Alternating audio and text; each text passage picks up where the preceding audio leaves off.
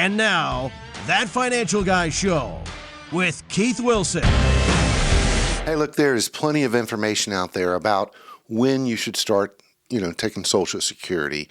And a lot of the time, what you're going to see is that the longer you wait to take your Social Security benefit, the more you will collect over your lifetime. That's true. But here's the thing, no one knows how long they're going to live. So in this video, I would like to focus on taking Social Security at age 62, when it may make sense and when it may not make sense. But before we get into that, if this is your first time here, my name is Keith Wilson.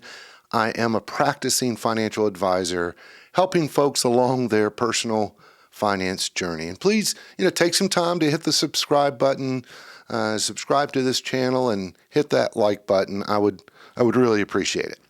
All right, first thing you need to realize that if you take Social Security before your full retirement age, then the amount is going to be reduced.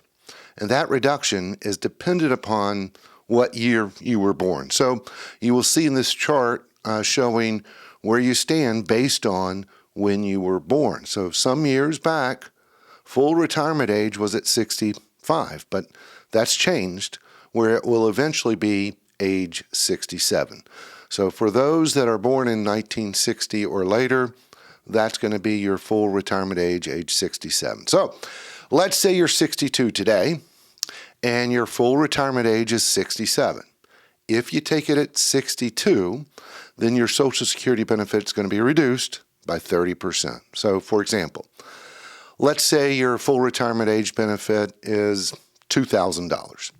Then that would be reduced to $1,400 per month at age 62. And you would not be able to change it once you reach 67. It's not like you can switch down the road. That reduced amount would still increase with cost of living adjustments, but you're locked in at that reduced amount, if you take it early. So what you would need to know is something called the break-even point. And that is at what point, by waiting until full retirement age, would you be collecting more cumulatively over your lifetime? So according to this chart put out by Social Security Administration, for someone born in 1961 with a full retirement benefit amount of $2,000, then for them the break-even age would be 77 years old. In other words, if you lived past 77 years old, then you would have collected more by waiting until you were 67. Now, you can run your own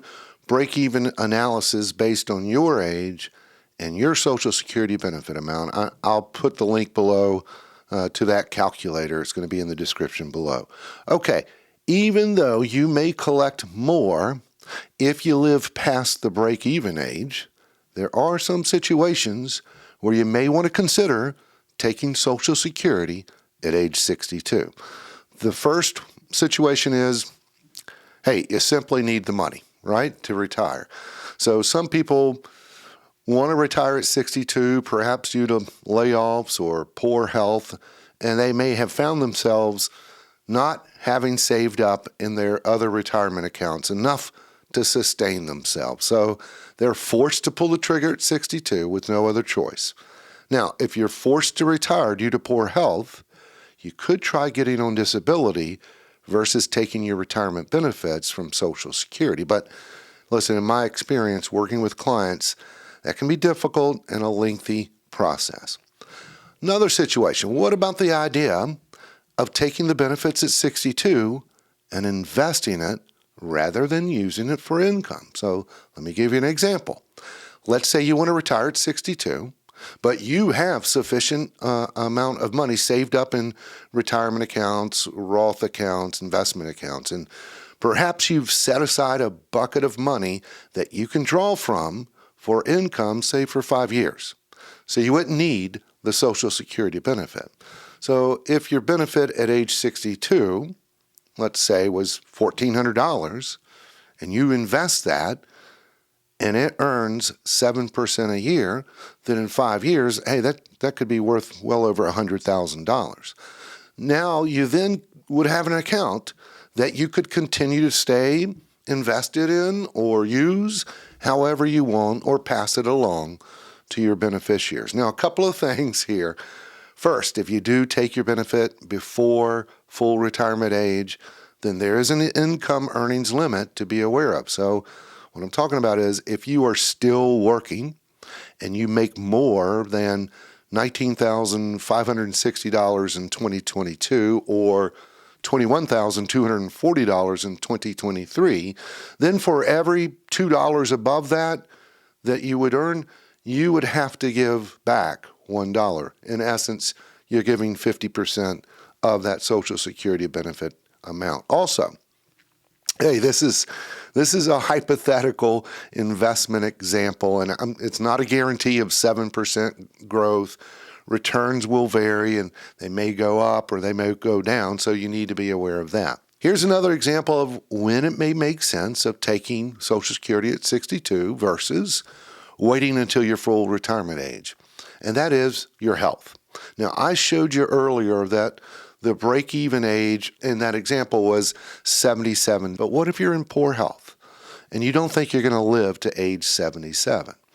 In that circumstance, hey, it may make sense to go ahead and start collecting, but still keep in mind that earnings limit penalty. Hey, spousal benefit is another consideration. If your spouse has already started collecting benefits at their full retirement age, but your benefit is much higher, they could qualify for a spousal benefit on top of their own benefit. However, in order for them to collect that spousal benefit, you would have to file for your own benefit first. There is a situation where it really does not make sense to start collecting at age 62. And that is if you are still working and you make more than the annual earnings limit, which again, $19,560 in 2022, $21,240 in 2023. Remember, for every $2 that you make above that limit, you have to give $1 back of those benefits. But you also got to consider any amount of income over the earning limits needs to be taken into consideration. Now, this is not an exhaustive list of reasons, but it is something to consider.